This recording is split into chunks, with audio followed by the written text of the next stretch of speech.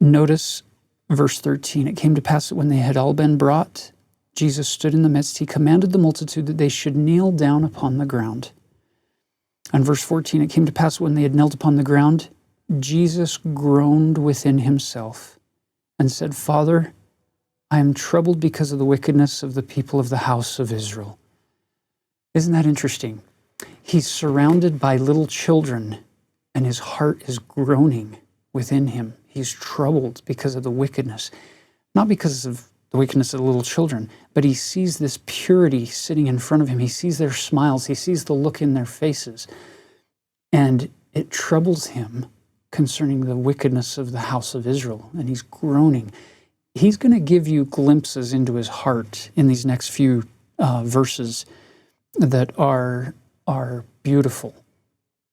How do you come to know somebody that you've never met before? How do you emulate their example if you've never met them personally in life, in mortality? I think you learn their stories. You see how they act in certain situations. You see how they treat people. You see how they respond when certain situations arise. And in this case, I think we're going to see the Savior's character revealed. His heart is going to be revealed in ways that it's pretty hard to find a better example than this as to what kind of a person, the man, the God, this exalted being named Jesus Christ, as far as trying to come to know him better and understand him better. Pay close attention as we proceed here. Verse 15, when he had said these words, he himself also knelt upon the earth, and behold, he prayed unto the Father. Here he is an exalted, glorified God, and he's not just keeping commandments, he's also continuing to pray to the Father.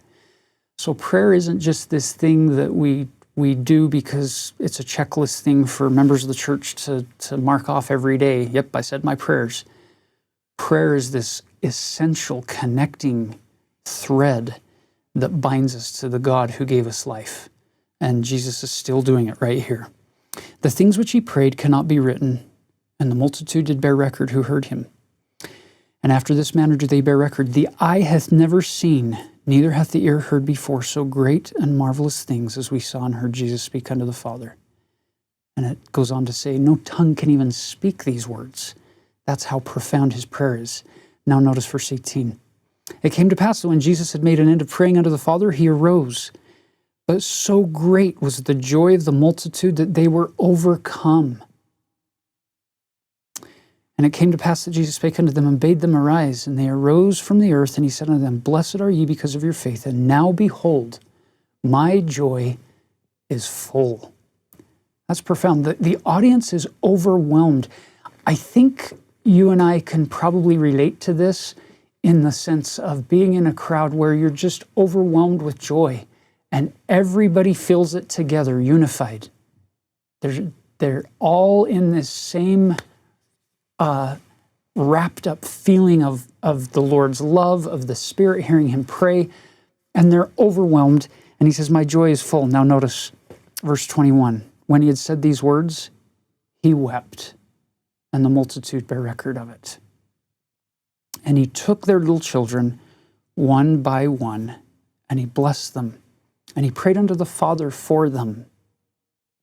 Once again, for me, to have a personal experience with the Savior like these people have had would be remarkable. The only thing better that I can imagine would be to witness and watch a personal experience of the Savior blessing and praying to the Father while holding my children one by one by one. There's nothing that could compare to that.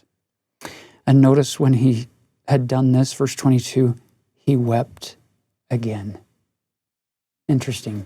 He weeps, then takes their children one by one and ministers to them and prays to the Father, and then he wept again. I'm just going to ask a really simple question here.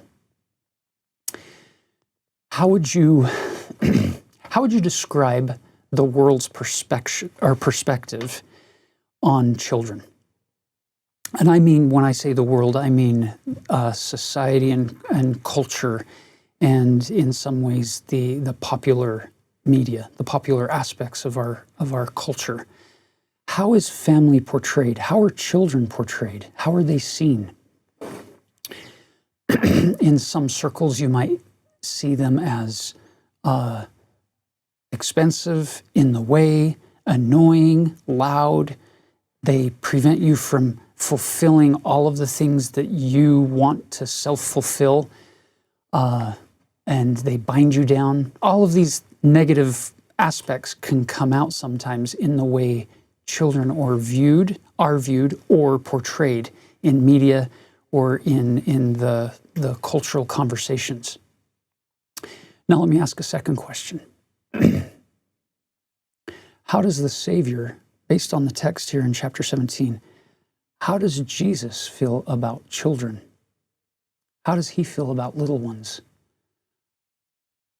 Brothers and sisters, for me, verse 21 and 22 teach me more about the character of Christ than if he had given this long 20-chapter sermon and discourse about how he feels about children. The fact that you see him standing in the midst of children and weeping as he looks at them, and then taking them one by one and blessing them and praying to the Father for them, and then once he had done that, he weeps again. Those tears, to me, speak volumes about what kind of a person, what kind of a being Jesus is, and how he feels about children. And consequently, I want to be more like him. And I want to reflect more of his attributes and characteristics and perfections as I strive through mortality. And so if you analyze that from that perspective, as a culture, we have a lot of room to grow and improve in how we treat children and little ones and how we see them and perceive them.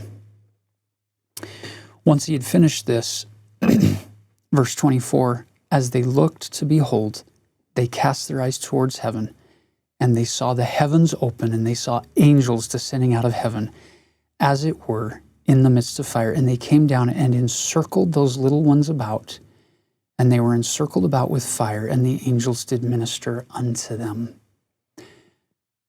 You'll notice how heaven feels about little children.